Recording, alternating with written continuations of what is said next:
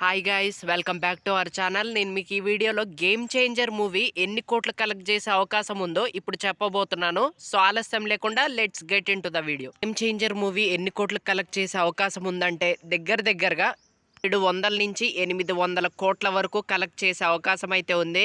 ఎందుకంటే సంక్రాంతికి అన్ని మూవీస్ కంటే గేమ్ చేంజర్ మూవీకి హైప్ చాలా ఎక్కువ ఉంది అన్నమాట. దాంతోపాటు రామ్ చరణ్ గారు గ్లోబల్ స్టార్ కదా, సో రామ్ చరణ్ గారికి కూడా చాలా హ్యూజ్ మార్కెట్ అయితే ఉంది. సో ఆ ప్రకారంగా చూసుకుంటే గేమ్ చేంజర్ గట్టి కొట్టే అవకాశం అయితే ఉంది ఈ సంక్రాంతి మూవీస్ లో. ఒకవేళ బ్లాక్ బస్టర్ టాక్ వచ్చినట్టయితే దగ్గరగా 1000 కోట్లు కొట్టే అవకాశం అయితే ఉంటుందన్నమాట.